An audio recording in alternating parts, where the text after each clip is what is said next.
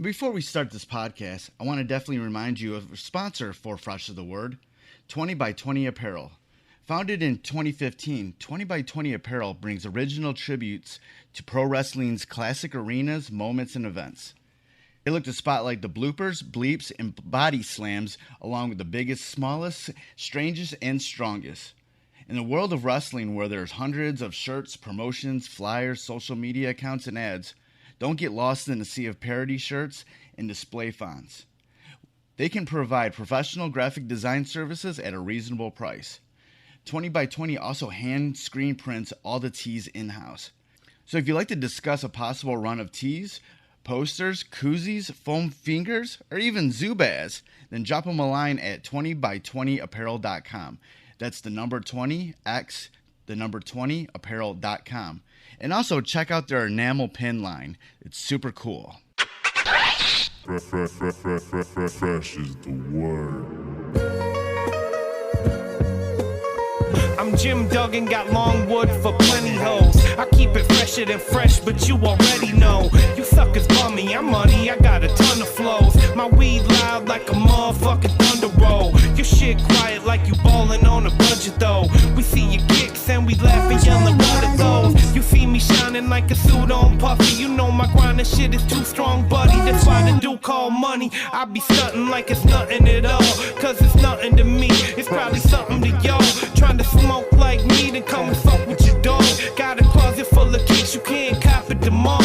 And I'm fresher than the freshest, you can tell it's in my essence. Bitch, you see the way I'm rapping, yes I do this shit to death. I tell I'm running out of breath, I tell somebody cut a check. But either way you know it's fresh, and either way you know it's fresh. Fresh, we fresh. Fresh, fresh, fresh, goddammit, we fresh.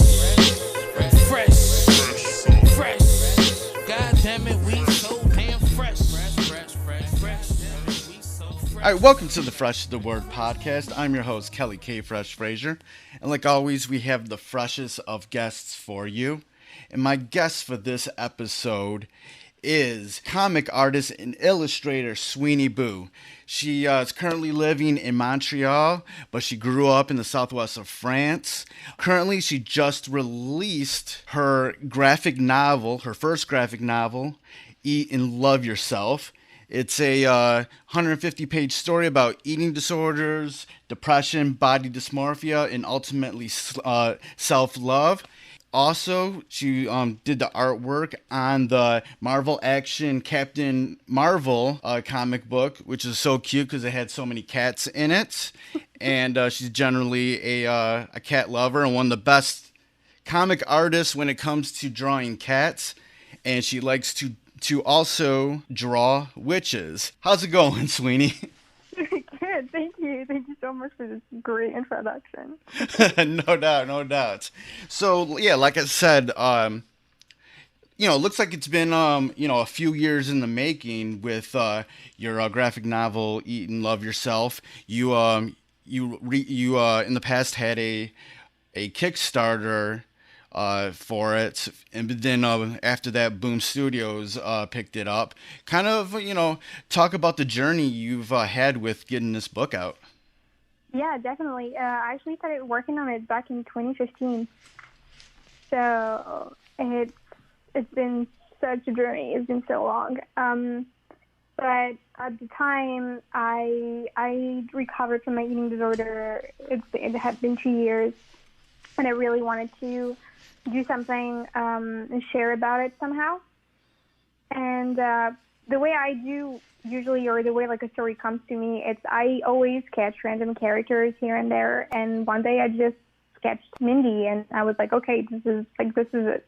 I need to do something with her. This is her. And so in January, or I think it was like January 2017, we did a Kickstarter, and it went really well. It was amazing. And we started working on the book. And a year and a half after, I went to TCAF, which is a Toronto Comic Arts Festival. And I had like the first 20 pages of the book. And I went to portfolio reviews, and I met the people at Boom Studios, and I showed them the book, and I don't know, it was like 2 months after the book was greenlit, and that was it. How does it feel to, have it out now? It's, it's finally out in its final form. How does that feel? It's scary, and also it's a relief somehow. Yeah, it's just like, it used to be such a personal story. It's my first. I know that like Captain Marvel came out before, but it's In Love Yourself is like, it's really my first book. So it's I don't know. It's like a life goal that I have achieved with that, and it feels great. Yeah, I read through it earlier today, and what I like about how it starts is those first few pages of it are kind of like, where Mindy she's kind of thinking about like the issues that she's having but not knowing how to describe it. And what I liked about that is that could sort of fit into anything that anybody's kind of dealing with.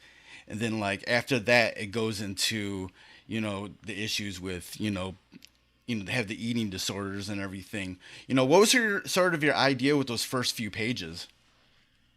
I just wanted for the people to really have like this idea of Mindy being like, because she's like, the first pages she's out, she's with her friends, she's in a club, and so most people would like have fun and be dancing and just like enjoy their life, and she's just like not down, and she's realizing it, and she's there, and she's realizing that she's not happy, but she can't really know why.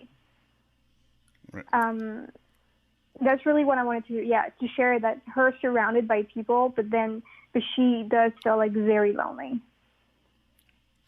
Yeah, because it's like, yeah, like I said, like the reason why I like those first few pages, because like she didn't know why, this was, she was feeling this way, and I feel like that's the sort of connection that doesn't matter if you have eating disorders or any sort of other depressions or any other sort of orders, like that, it's all kind of similar in certain ways. It's just a different thing. Exactly. I had people reaching out to me after they read the book, being like, I don't have an eating disorder, but I have depression, or I have like self-esteem issues, and I really saw myself in Mindy in some ways. So I didn't really think of that when I made the book, but I'm so happy that many people can actually see themselves in the character. Yeah. Yeah, I definitely did. Yeah, because there's definitely those times when, like, a recurring theme in this book is that people are into her. Like, guys want to go out with her and stuff like that, but she just doesn't see herself that way. Exactly. It's like, what was important to me is that she is attractive. She is great. She is attractive. And I wanted for people to understand that you don't have to, what people call, be fat to have like body dysphoria or be unhappy or whatever people think. It happens to absolutely everyone. And issues with body image, like, I'm pretty sure everyone had some at some point in their life. It's just that they have different impacts. But the real problem is the way she is with herself, and not, I mean, the people around her did have an impact about that, but her main like villain is herself. Like, this is like a really personal, subject that you said. Like, when did you first want to tell this story? Because it does take a lot of courage to, do write this and draw this and put it all out. When did you first like have the inkling to want to do that? When I was sick, and I reached out for help.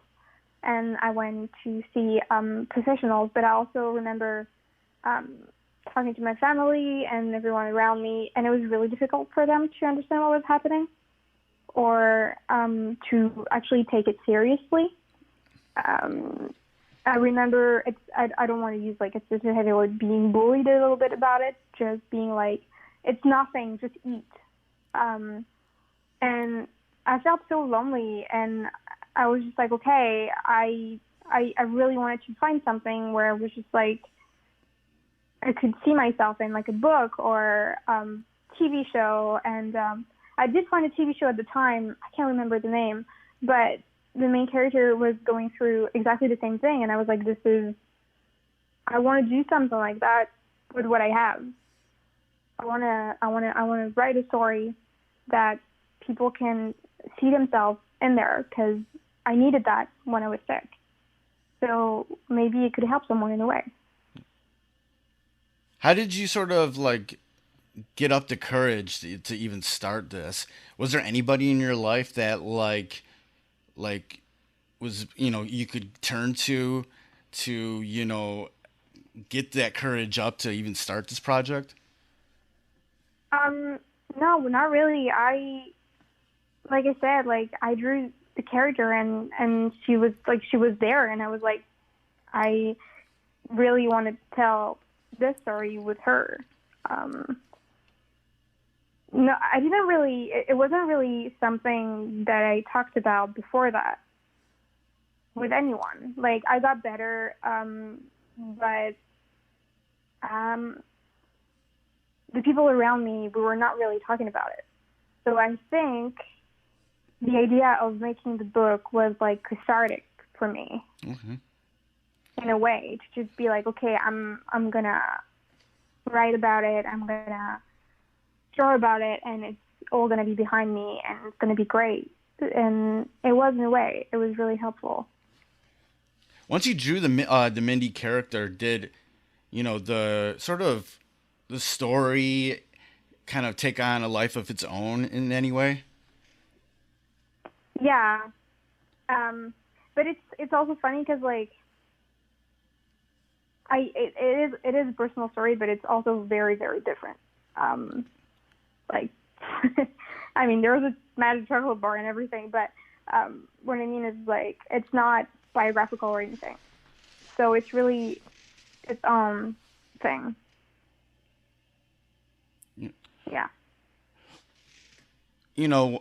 Since, what's the sort of, you kind of touched on it already, but what's sort of like the general feedback you get from people that, after reading this?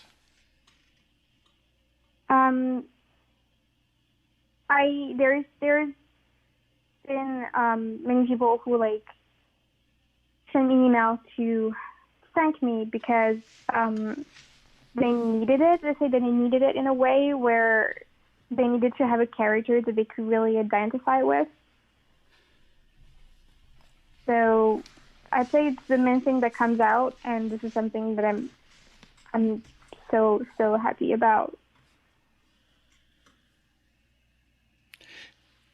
Yeah, towards, without giving anything away, a lot of the things that kind of happened towards the end, it was like one of those things where you kind of cheer. You're like, oh yeah, she finally did that. Or yeah, so it was like, and it was kind of cool that there's these other characters that were kind of dealing with their own stuff in a similar way, that where you kind of realize that, you're maybe not alone in all of this. Yeah, no, definitely. And that's how life is, when you're in your 20s, you're a young adult and you're going through stuff, but everyone around you is also going through stuff. So it doesn't really help, but the fact that you feel even more lonely. But yeah. So let's talk a little bit about the Captain Marvel book that you worked on. How did you get linked up with that? The funny thing is that one time where I went to portfolio reviews, I also met some people at IDW. And I did a cover for them 2 months after that for My Little Pony, and it was really great.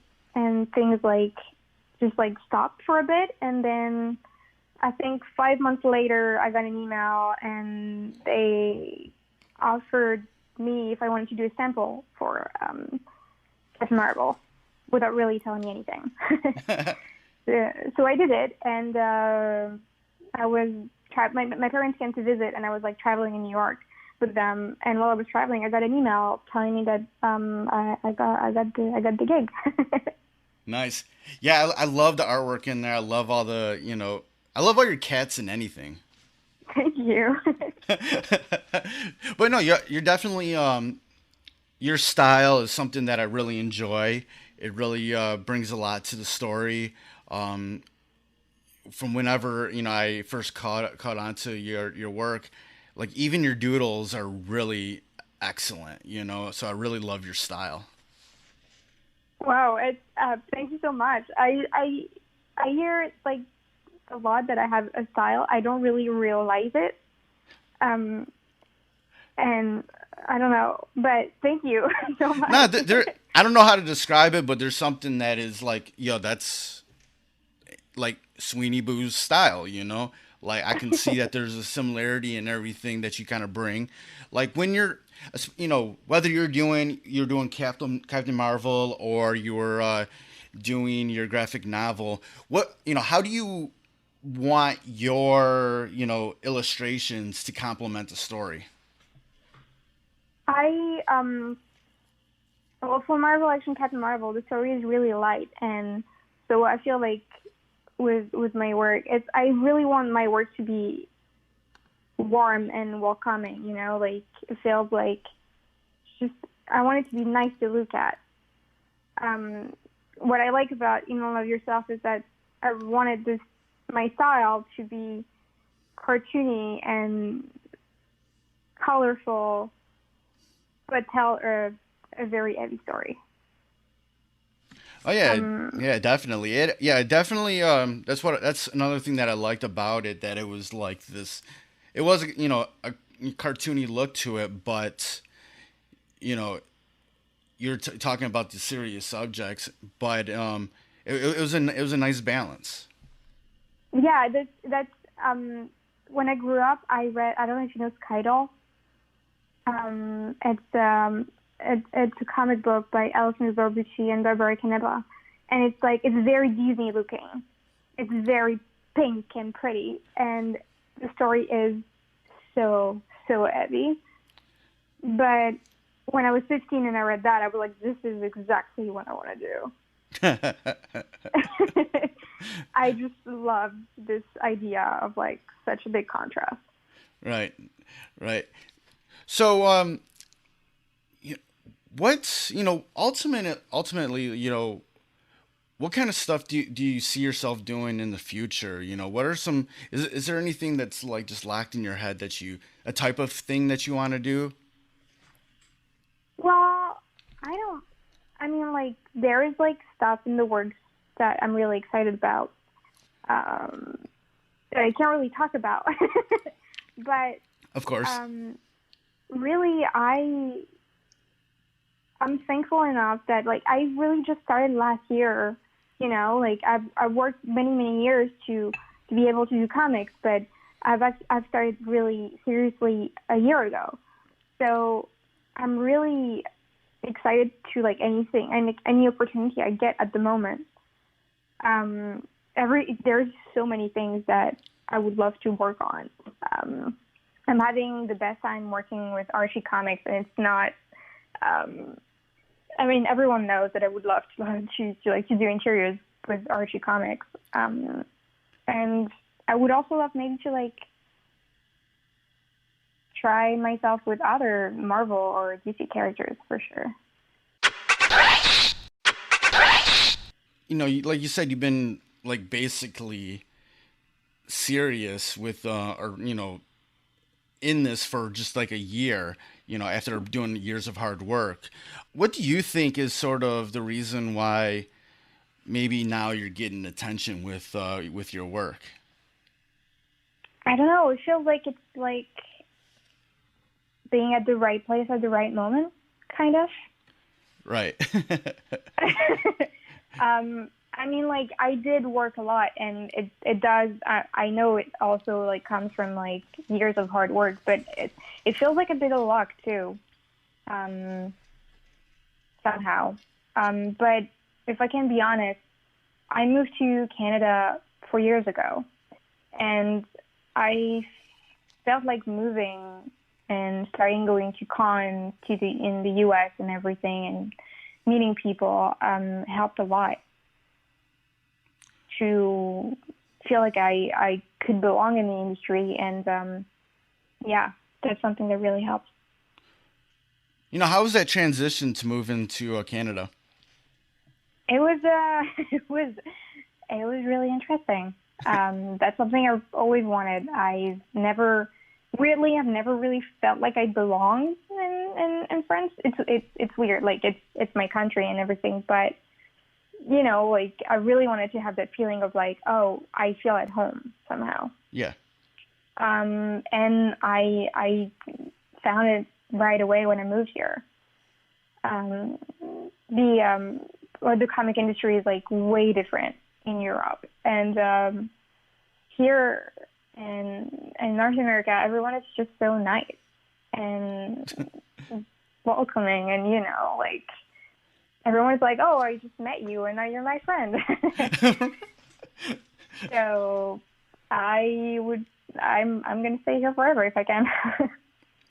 What were some of the first things that you did when you moved to Canada? Really, I hung out with French people. Of course, you're in Montreal, so.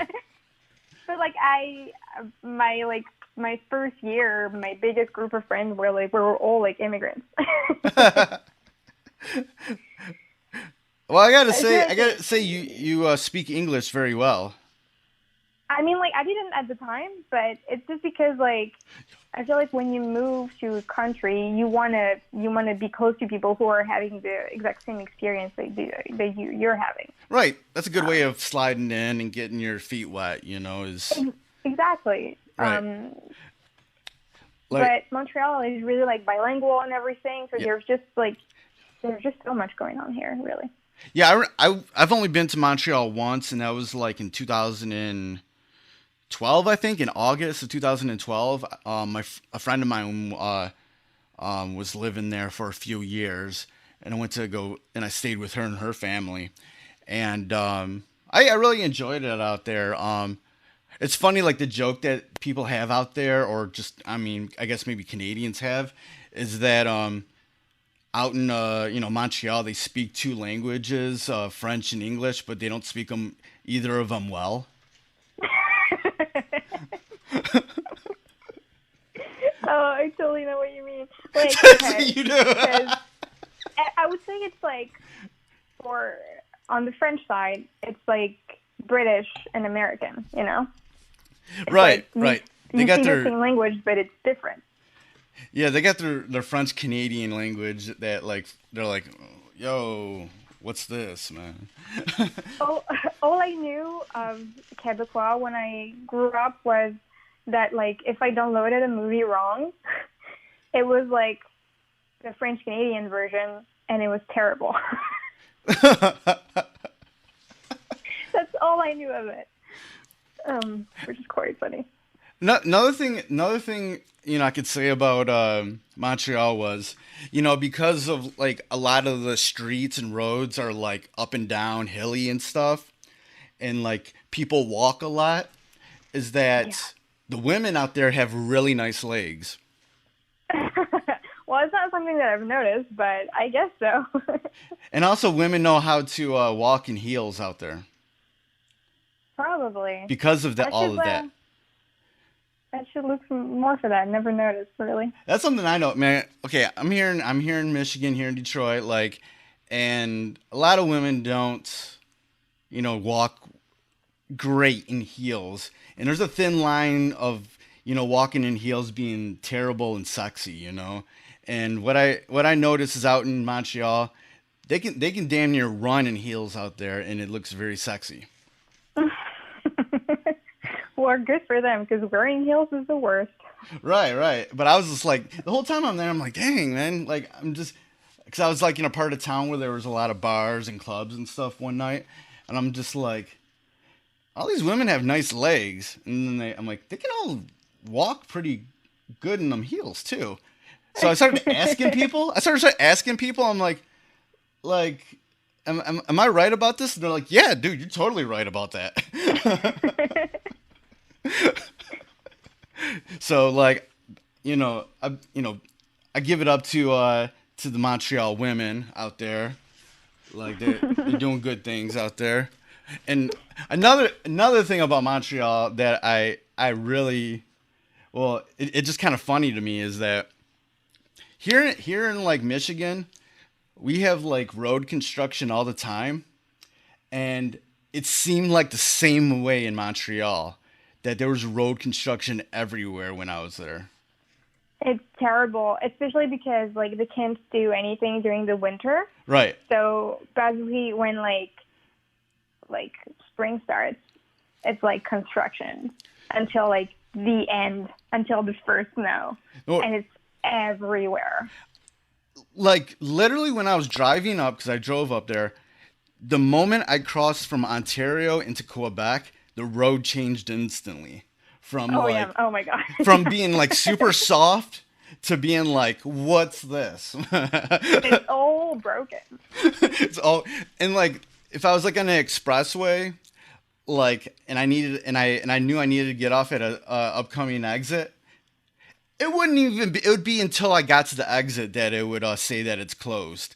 There wouldn't be anything like a few miles or kilometers down the road that would say it's closed.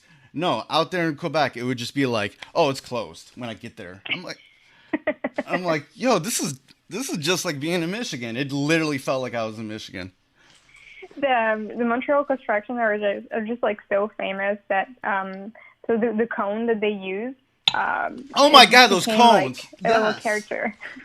Yo, those cones like literally was like. That scared me, man. I was like seeing them cones for like weeks afterwards in my nightmares, man. Yeah, you know what? I totally forgot about those. Thank you for reminding me. Those. Oh, you're welcome. those cones were very. Those cones were. Weirdly, I miss them right now because I don't know if I'm going to see many this summer, but yeah. Right. But oh man, yeah, that was. But no, I liked Montreal. It was cool. I was out there in August, so the weather was super nice. Like the sun rose at like 4 a.m., which was like crazy. I'm like, people can like leave the bar and it's daylight out. And I was like, dang, whoa, this is crazy, But no, it was fun out there. But I haven't been back since then. But it's like, it was a cool trip. Like I had a lot of fun. Yeah, Montreal is like there's a lot to do here. It's really fun. What's some of the things that you like doing when you're not, when we're not in a global pandemic, and you're not doing any artistic work? Well, that's hard because I work pretty much all the time, honestly. Not because like I'm like I don't know, like I just love working. But otherwise, we go to like a lot of concerts. We go to movies. We used to. I mean. Yeah, yeah. In the old days when all that time way back yonder when we could go to concerts. Way back 2 months ago. Yeah. It seems so far away. It really does. Like, I was like, what is the last movie that I saw in theater? It felt like last year. And it's like, it's Birds of Prey, and it came out in February. It's so weird. But going on bike rides is amazing in Montreal. That's something that I usually do, and I bet. I'm missing a lot. Yeah. What kind of music you into? Because you said you go to concerts. I'm into, like, I love 80s music. I love the B-52s, and I love like Fleetwood Mac and everything. But I like small indie rock bands. Okay. And there is a festival in Montreal every summer, Pop Montreal, that takes place like all around the city. So you have like a lot of bands coming to like small venues, Okay, yeah. and it's usually a lot of fun. Yeah. Oh yeah. I think I've heard of that. Yeah, that sounds like yeah. I like those sort of those festivals like that, where you get to see just those little bands and all these different like hole in the wall venues all across town. Yeah, yeah, and it usually lasts from like May to September, so there's quite a lot of artists that can come by. Right, right. Yeah, like I regularly like a few times a year go out to Toronto. It's like one of my favorite places in the world. Well, not like I've been to a lot of places, but Toronto feels like a second home to me. That's so cool. Yeah, like so. Yeah, like so. Like when you mentioned that you went to TCAF, and that's where like you got linked up with people to for your projects and stuff. Yeah, I went like last year and I loved it. Oh, Chigas is like my favorite festival. It's the best con. Everyone is amazing, and it's just like it's for us. It's right at the end of winter, Yeah. and it's beginning of May, and usually spring starts like earlier in Ontario. So Yeah. for me, when I go to TCAF, it's like it is spring. The sun is here. It's a good time.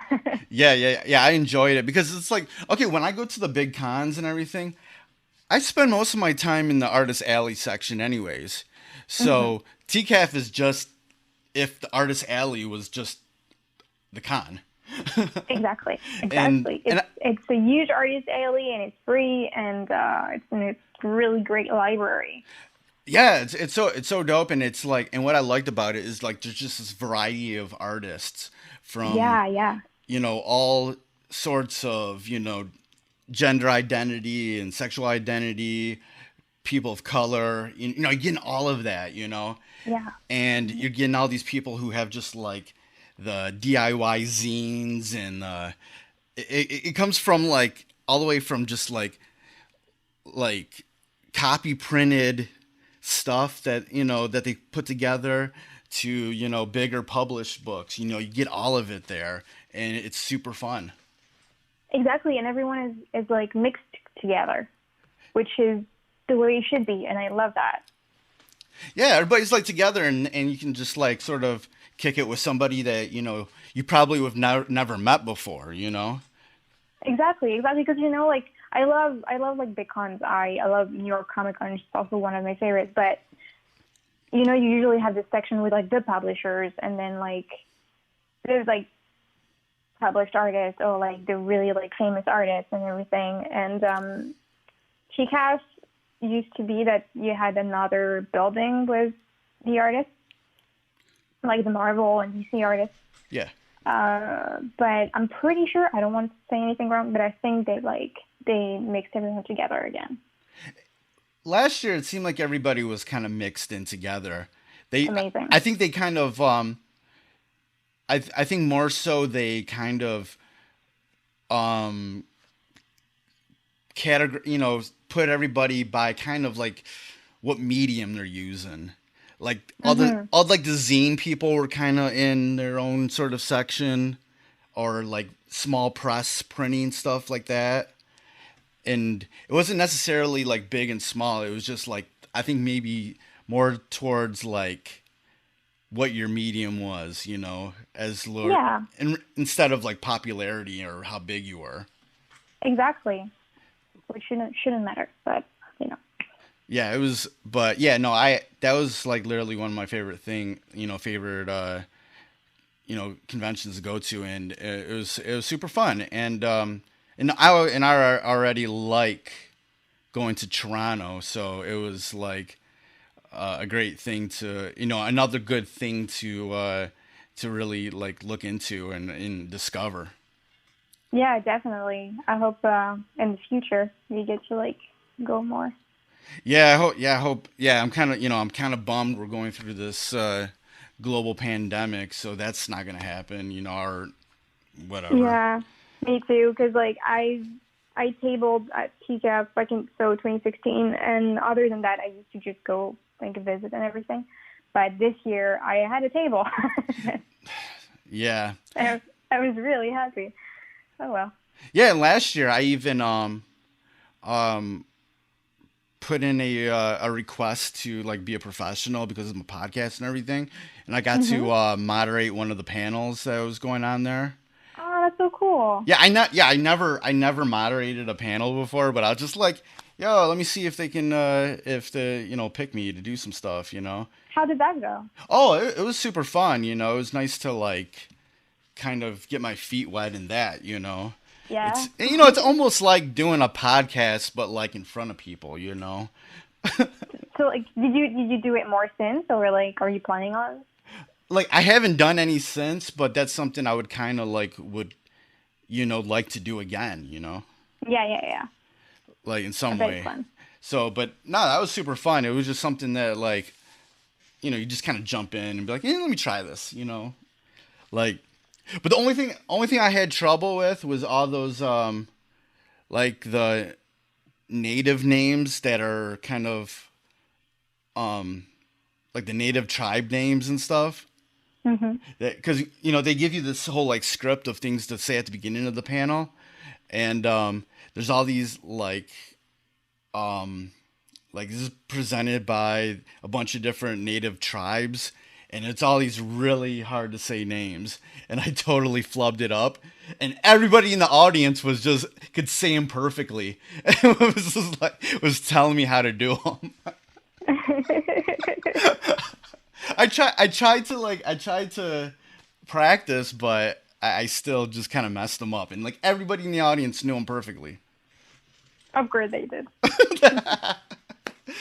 Okay, so this is a question I like to ask people, during these interviews. Is like, what's sort of a nugget of knowledge when it comes to your life and career that anybody listening to this, it doesn't matter what sort of avenue of artistry that they're in, could sort of project into their own life? Oh, I don't know. It's a really hard one. um, I don't know. I guess I'd say that like um, I love witches a lot, and I draw a lot of witches all the time, and that's I feel like that's one thing that yeah, about Or my better, work. or better yet, here's a better question. What sort of a lesson that you've learned looking back to the struggles that you've had with your eating disorder and putting that onto a story of your own, that there's a lesson, what lesson could that you maybe learned during that time anybody could sort of get from that? I wish that someone at the time told me that um, loving myself was important. That you have an eating disorder or no, self love is like really important. And self care, which is something that I really didn't understand or didn't do. Um, so I just wish that someone wouldn't have to like go through that to like understand it or hear it. Yeah, self care and self love is really important. Yes, yes. Like, yeah, that was one thing that I really got from reading "Eat and Love Yourself" is that there are so many times that I wanted to jump into the book and just like hug Mindy and just be like, "Yo, you're cool and you're cute and you're just fine the way you are," and is like that really came out in this book. Yeah, it's just like I like when you go through that, it's just so hard. Like people, even if people tell you like you're great, you're like, but I'm not. Right. So yeah, that's what I wanted to like show. I wanted for people to like realize that she is, but how like it's just like impossible for her to like understand that. Just impossible. Yeah, because you know, I've gone through a lot of a lot of years of having depression and not really knowing and being like, okay, my thing isn't as serious as other people, so why should I even try to bring it up, But like over the past 3 years, I quit drinking first, and then I started going to therapy. Then I been on medication after that, and then this past fall you know I came out as gender non-binary and queer and kind of pansexual when it comes to that. And through that journey, it just like it made during each one of those sort of steps, it made things make more sense that I was dealing with before that maybe I didn't think was connected. So it's like I understand to the points where you're like you feel like whatever's going on in your mind is like I can't I can't get past this, and people like are they're just lying to me, or they don't know what they're talking about when they say I'm awesome or whatever. But now like I understand that when somebody says something like that hey, maybe they're maybe they're right. There is a difference between someone genuinely saying that you're awesome or you're pretty or you're cool in comparison to somebody who's bullshitting you. It just sounds different. Exactly. And like, first of all, good for you. This is amazing. Oh yeah, thank you. Thank you. And I totally agree with you. I'm even if I did that, like I made that book, and so I'm still at the point where I'm like struggling with all of this, like self-love and everything. But man, it's so good to hear that you got there. Yeah, that was just something that I really connected in with your book. So like that was, so yeah, hopefully, want everybody that they can to go ahead and read Eat and Love Yourself. It's out now via Boom Studios. Before we get out of here, is there anything else that you can plug at this time that you're working on right now? I know you said before there's a bunch of things you can't talk about, but is there anything that you can talk about? I know you got your shop open on your website. Yes. I actually just reopened my online store. And it's like SweeneyBoo.com. And other than that, there's like nothing that I can actually talk about at the moment, except that, Captain Marvel Arc 2 is gonna come eventually. Oh yeah. It's just because of the pandemic, everything has been pushed back and everything. But this is something to look forward to. Yeah, it's awesome. Yeah, I might need to cop the Kickstarter version, the book and rewards of Eat and Love Yourself, man, because that package looks really dope. And one of my other favorite comic book artists is Mirka Andolfo, and I love her shit. She's amazing. Oh yeah, I finally met her at C2E2 a couple months ago, and like I got a little sketch from her that she did in like one of her sketchbooks and stuff like that. So it was like super cool to like finally meet her. Yeah, she's such a lovely person too. Yeah, she's such a lovely person, and all of her books are like so crazy and like dirty and shit like that, and I love it. Yeah. Yeah, totally. I'm like, this is coming from her? Cool. All right, Sweeney, it's been great talking with you. Where can I know you just kind of mentioned it, but where can people go online to get more information about you, follow you online, see all your great drawings and your doodles and your witchy stuff? Where can people go online? Well, if you look for Sweeney Boo, I'm on Twitter, Instagram, pretty much all I use. I'm on Facebook, I guess. And yeah, but mostly I post a lot on my Instagram.